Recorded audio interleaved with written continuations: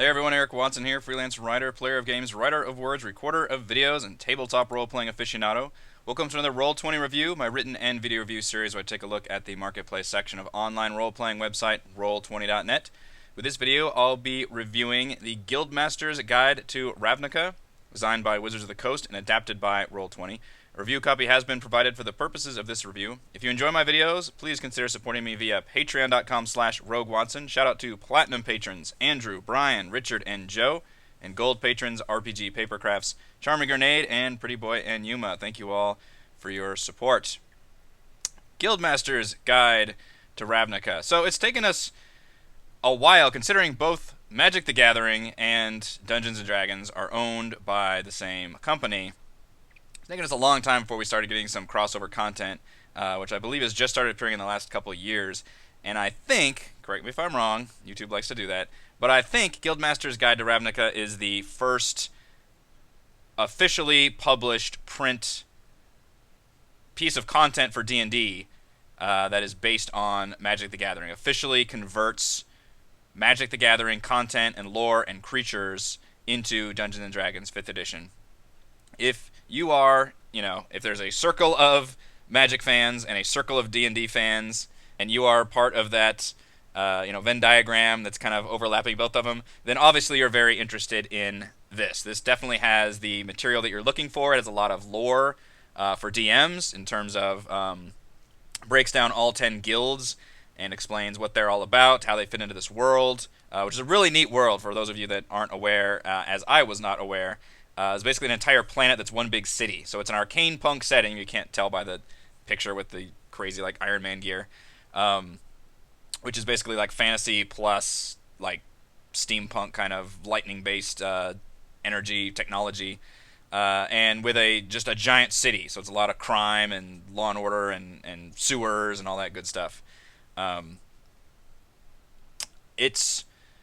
It's got a lot for DMs because it's got a lot of like story ideas and world building tools for obviously for Ravnica, and then it's got a lot for players in that it has new races and then new character backgrounds, and there's also a introductory first level adventure that's included in here, but it's really small. I would say because this is specifically the Roll20 review, the best part of this book is the information and not the maps. So for that reason, I don't know if it makes for the best Roll20 module, especially because it's the same price as other modules, which you can sit there and spend a year on and hours and have all those maps and tokens all ready to go on a map. Whereas this one, literally, basically that first level adventure is one map. So in terms of that kind of content ready to go, honestly, you can get a lot of the same stuff from the book. Now, if you really only run stuff on Roll20, as I do, and you maybe don't even get the books, then obviously I can see getting something like this. And the bundle does give you the ability to add just whatever you need from Ravnica into your existing campaign. So that's a very nice perk. Frankly, it should be a necessary perk with any of this kind of supplemental content. You don't necessarily need to start a whole new campaign, for example.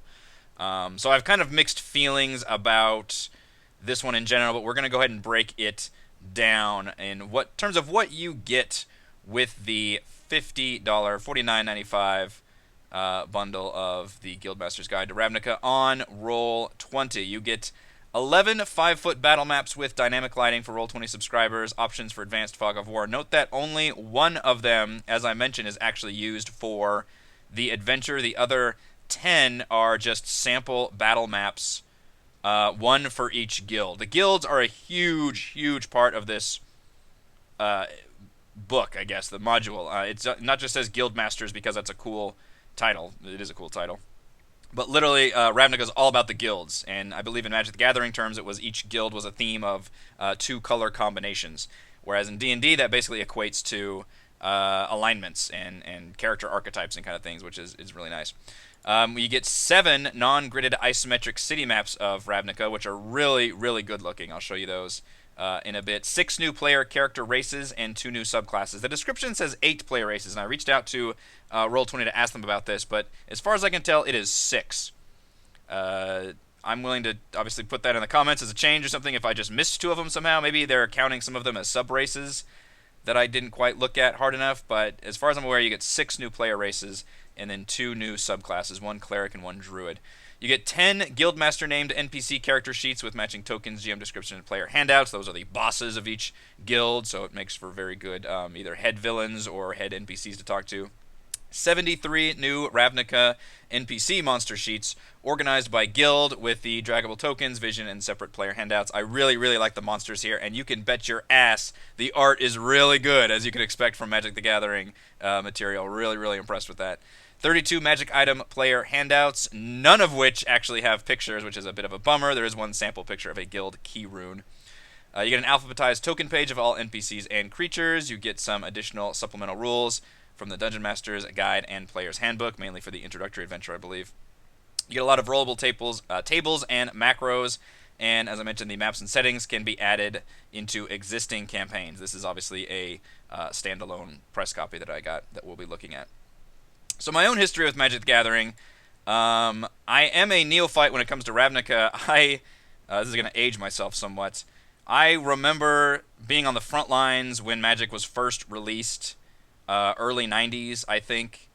I specifically have very clear memories of buying like the original boxed set of Magic the Gathering cards, and playing it like in between like band practice in middle school. Like Magic was huge. We were hugely into it.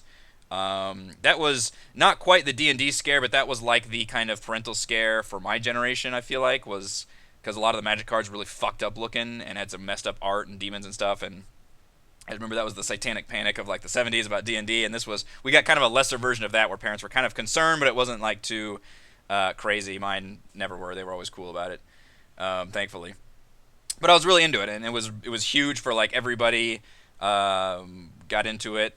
We're just the right age for it. Like age 10 or something, just perfect. And kind of played it throughout middle school, a little bit in high school, and it kind of faded away a little bit as things do. And then by the time I got to college, I don't think I ever touched Magic again. So it's probably been a decade and a half. And I've been impressed that Magic is still going strong. Like other CCGs have come and gone. I've certainly dabbled in some, not a lot because it gets expensive to double down in one. And all credit to Wizards for keeping Magic going as basically the king, essentially the World of Warcraft of its genre. Where it, although really Magic pretty much invented the CCG even more than WoW certainly did invent the MMO, just kind of capitalized it and made it crazy huge. So I don't have any.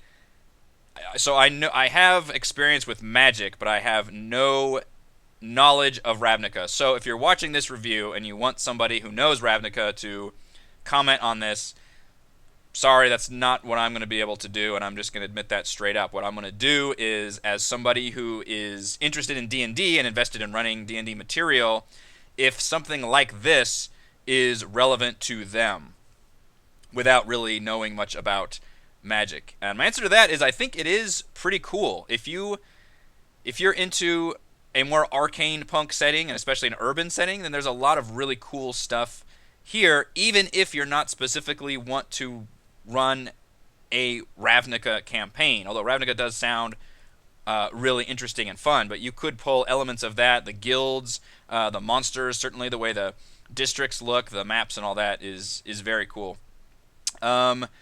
Let's dive into, I think I'm going to do the adventure last, so let's go into kind of what the information you get, which is a whole lot of information on the guilds. Ravnica is all about the guilds. There are 10 guilds, and as I mentioned, in Magic, I believe they are like the color combinations. They all have very specific creeds and goals and alignments that go with them. So, for example, the Azoria Senate is the classic, like, paladin, lawful, mainly lawful good. They're the police force of Ravnica. So all these guilds form different roles and services within the city, and they're all kind of, they interweave and they work with each other, but obviously they're also very much in conflict with each other.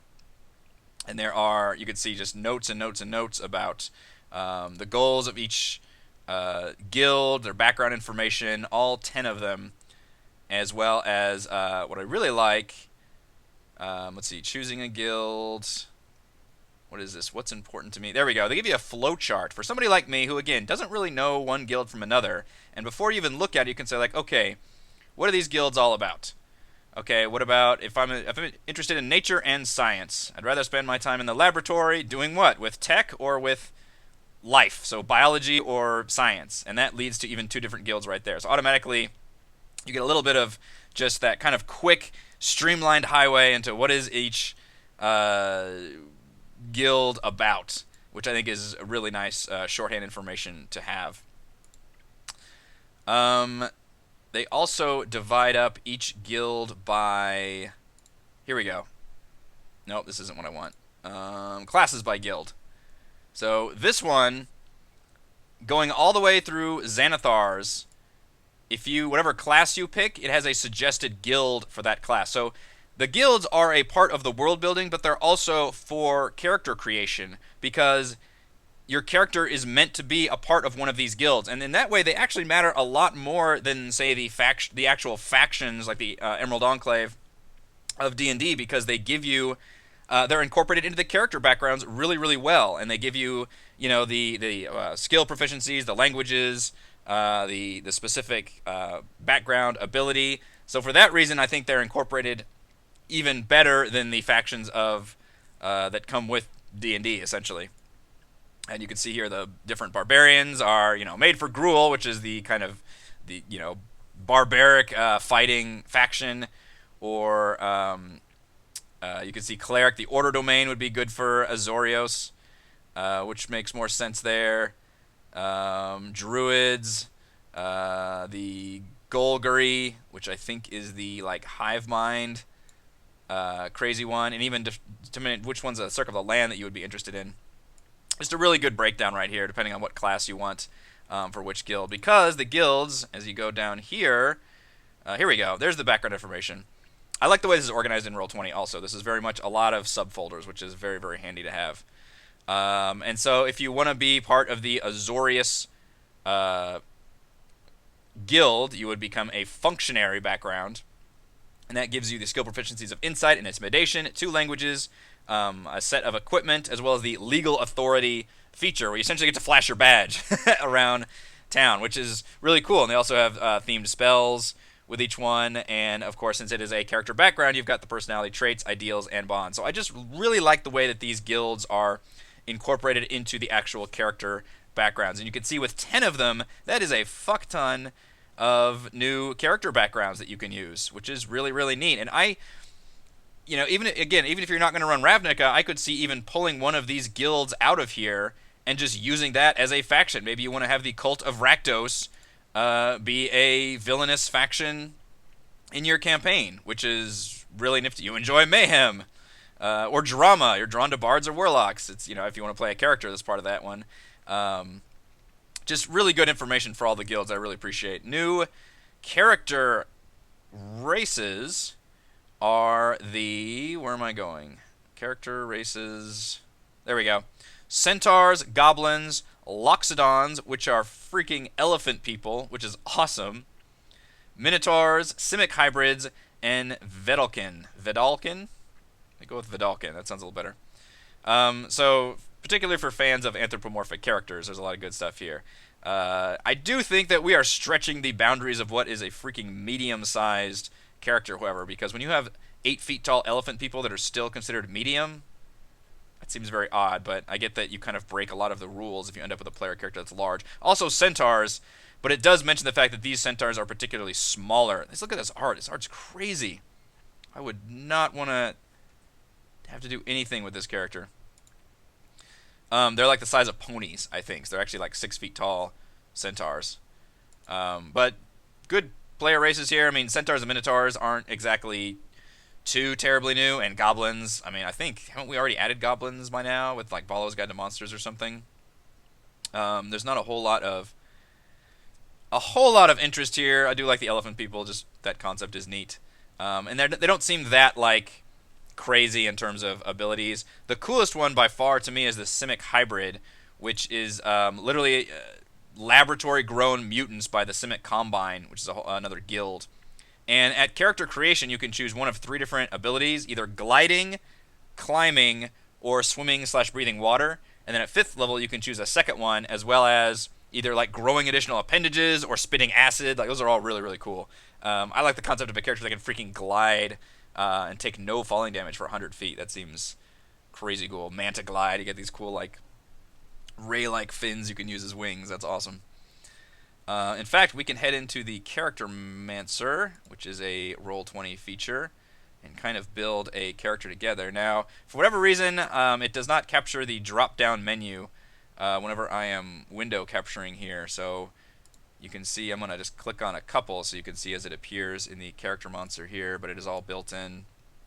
Got all the information on the right side, and then the stat increases, the abilities here. I guess we'll just roll with a Centaur for now. Hit next. You can choose your class, which I've got all the player handbook. What is the most ridiculous Centaur class? It'd be like a Centaur Bard. See, it's got strength and wisdom. So yeah, Bard would be pretty bad. There you go. So Bard is obviously pretty standard. Does it make me choose, or can I just hit next? Nope, I can hit next. Okay. Give me... roll for stats, please. Okay, not great ones. Let's go stats real quick. This is the character. If you've never seen the Character Mancer, I have another video where I actually review the Character Mancer, which is a fun job of letting you build your character sheet in Roll20. So this is the important part I want to show is the background, and unfortunately, again, you're not going to see the drop-down menu, but when I select one of these, you can see the new ones built into the Character Mancer here.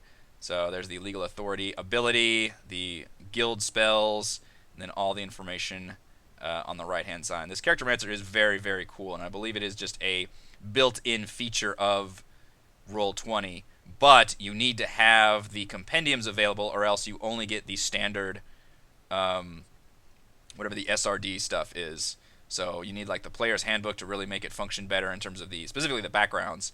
And then if you buy something like Guildmasters or Ravnica, then you have access to all these backgrounds that you can just slot right in here. Boros Legionnaire. Artwork is really, really good throughout this thing. What's another good one? Gruul Anarch. Hang on one second.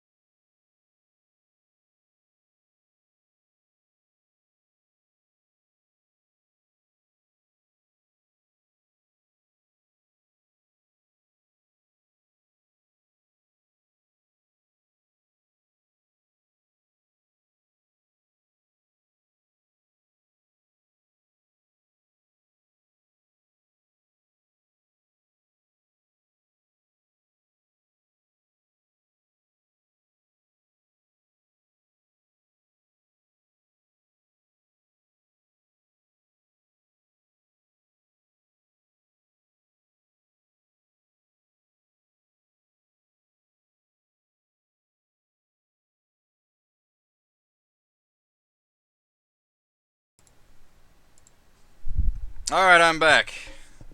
Daughter was asking if she could eat pizza at a friend's house. The middle of my review.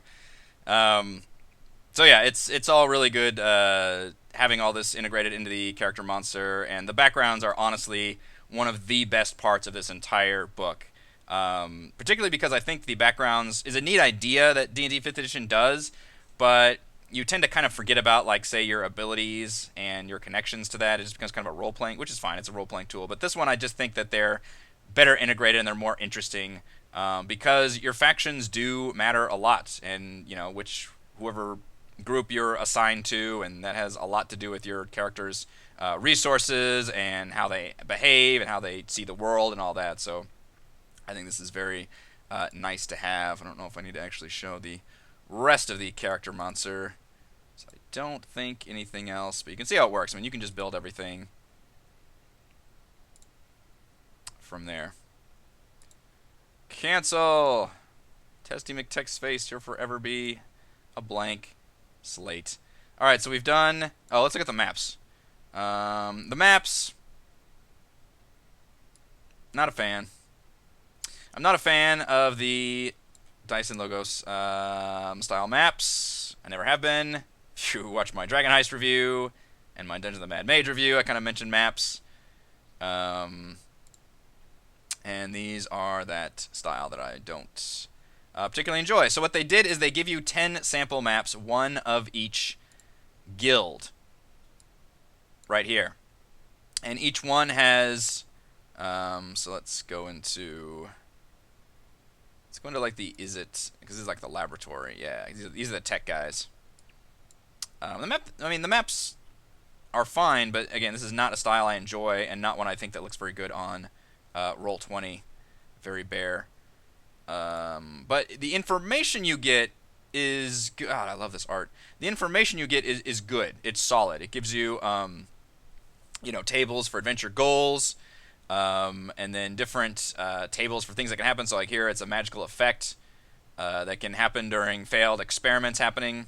Examples of villains you can use from that guild, as well as how to incorporate it into the campaign, and goals for characters that might be part of that guild. And again, you get 10 of these.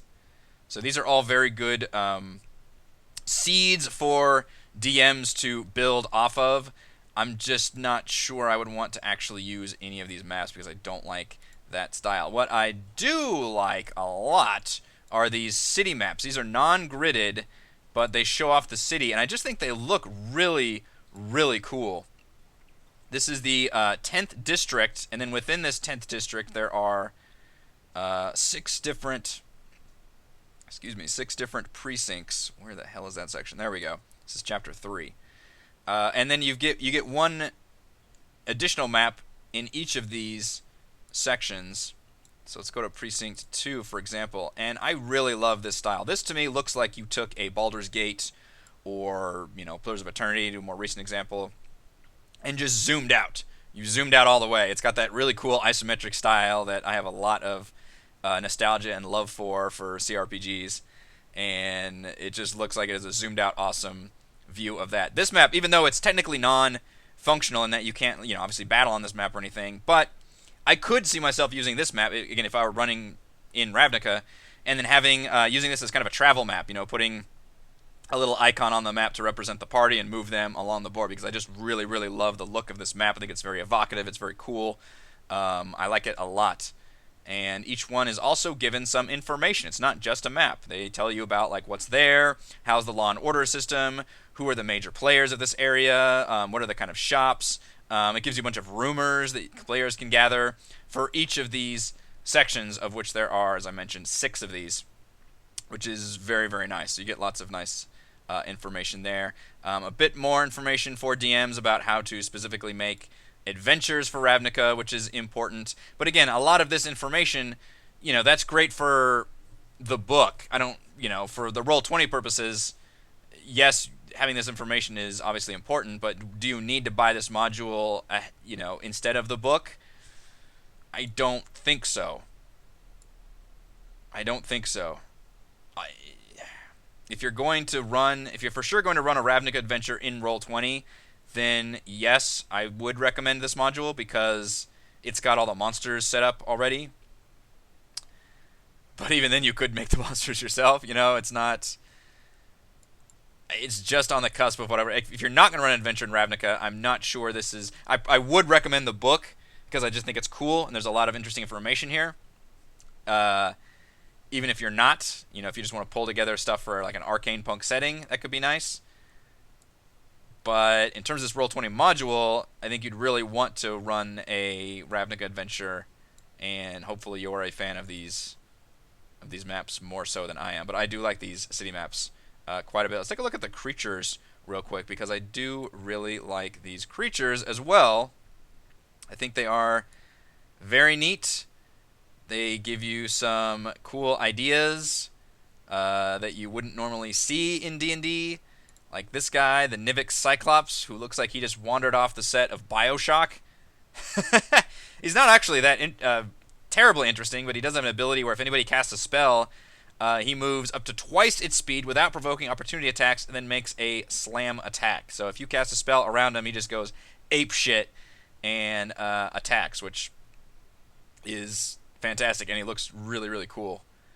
There was a, is it the Flux? Yes, this is a fucking like lightning angel. Look at this. This design is amazing. I mean, it's Magic the Gathering. You know the art's gonna be good. But it can arc lightning between its two like crazy looking arms right there. Just really, really cool creatures. I was really blown away. They really do some fun stuff with it. Unfortunately, we don't really see any of that for the adventure because it is a first level adventure. So, first level party can't really handle any of the really cool stuff. You can see, as everything else, it's also organized by guild. So all these guilds use like specific creatures that are themed towards them because obviously in Magic the Gathering, they are part of those colors or dual colors. So it makes sense that it'd be divided up between guild and like the Simic. Let me see, the Simic's guy have all the hybrid creatures, which is very cool. And then you also get the NPCs, which includes like actual named NPCs, which I imagine are very high powered magic cards, and also just generic NPCs. So like a Fire Fist. But I think they're all really, really good. So something I wasn't expecting is, and I should have expected it because obviously Magic is all about the cards, is just how cool and interesting these creatures are. So that is like a big, big plus. Uh, a huge advantage to this. So if you've got a lot of favorite cards and you want to see how do they translate to D&D 5th edition, and I think they look really good here, especially because, for Roll20 purposes, you have the tokens built up, so you can take that, that creature. Look at that, it's crazy looking. And just drag it onto the map, and then you get the, hit point set up and their vision and all that already, which is very, very nice to have. All right, I think the only other thing I want to cover is the adventure itself, and it's not great. It's okay. It's the Krenko's Way. It's about a goblin mob boss who got broken out of prison, and the players are hired to track him down. There's a nice like timeline of events where you get to follow what the hell the Krenko goblin is doing. I'm trying to find where it shows that. Nope. Where I search for Krenko maybe. Timeline of events. Yeah, this is really nice. I think a lot of adventures should do this, especially because it only takes place over the course of like 2 or 3 days. But it breaks down exactly what happens and when. Because if the players take too long in the search, they can have a rival gang basically show up, which is on the GM layer up here, and start like lobbing bombs into this warehouse. So the first half is just the players searching for Krenko. Oops. And they get a chance to use some of, it's more role playing and skill checks. And they get a chance to use some of their contacts and that they've built up. It's a harder thing to run for a DM, but that part hopefully gets more the feel of Ravnica. And there's like random encounters in the sewers. It does include all of the possible creatures you could want because, a lot of these are just from the monster manual, and they went ahead and included all of those monster manual creatures with the purchase in case you don't have the monster manual, but you do have Ravnica. And then it should lead you to the second half of the adventure, which is finding Krenko in this warehouse. He's just him with a bunch of his goblin buddies. You have to assault the warehouse and arrest him, and then you bring him before the guy who hired you and turn him in. And that's the extent of it. It's not, it's first level. I get it. It's short. I get that. This is a nifty part. You can jump into this giant loading rig thing, which is like a arcane power loader from Aliens, I think. There's just not much going on to make it terribly interesting. It also doesn't show off Ravnica like I was hoping it should. You're dealing with goblins. Like, what?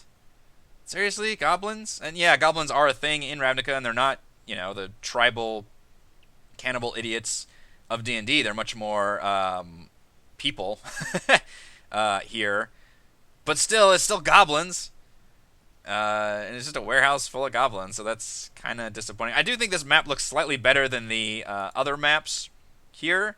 But it's still that, it's got a bit more detail. You actually get like crates in here and things, but it's still, a black and white paper with just some lines on it in terms of the artwork. So it does have the dynamic lighting in there and the tokens. But if you're excited about the adventure, don't be. It's just not it's not a terribly exciting adventure. And I get that it's first level and you can't do that much with it, but they really didn't do much with it,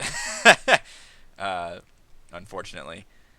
Thankfully, that's not necessarily what you should be getting this for, but because the Roll20 module, specifically the advantages are the maps and the tokens preloaded, that's less of an advantage here because I don't think the maps are very good, and the adventure only has the one map, and it's okay. These maps, they're nice to have, but I don't like their style. These maps are very nice to have, but they're not battle maps. They're just non-gridded city maps. The tokens, however, are very nice to have. I will say that. Whether or not that's worth the $50, that's up to you. That's a tough call. I would probably have to be a Magic fan to actually make that choice. Let's go over my pros and cons for Guildmasters Guide to Ravnica. The pros: every aspect of the book is organized by guild, from character backgrounds to monsters to adventure hooks and samples. I think that works really, really well. It leads to having the guilds be very heavily themed. I understand the guilds, and the fact that Roll20 organized them by guilds in terms of their character backgrounds and creatures and all their lore and information is very, very helpful and nice to have. And it reflects even more about how important the guilds are. Pros: well, I just said it. All 10 guilds are fully fleshed out and do a great job introducing the culture and political makeup of Ravnica. So I kind of split that into two different pros. Pros: the isometric city maps are absolutely gorgeous and well detailed, with extensive notes on locations, law and crime, shops, and rumor tables. I really do love the look of these maps, and I like the information that we get that's tied to these maps as well. There we go. I mean, look at that. It's even got like shading in there, like shadows. Sun's like coming in over here and shading everything. That looks really, really good, and you get lots of good information and world building for these maps. Finally, the pros: the monsters are really cool, themed all to the guilds, and have really amazing artwork throughout. I was really, really impressed with how good these monsters are, and really I should have been. I was surprised, and I shouldn't have not been surprised, because of course Magic the Gathering is gonna have cool ass creatures and creature art. Like, that's of course it is.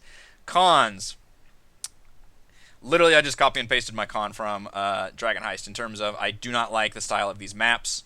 I don't think they look good at all, and I think they translate even worse to Roll20, to any virtual tabletop. So I'm not a fan of the sample maps that you get, even though it's a good idea to get all these sample maps. And again, it reflects that guild theme that we get one for each guild. But it would have gone a long way had this been, a good-looking map.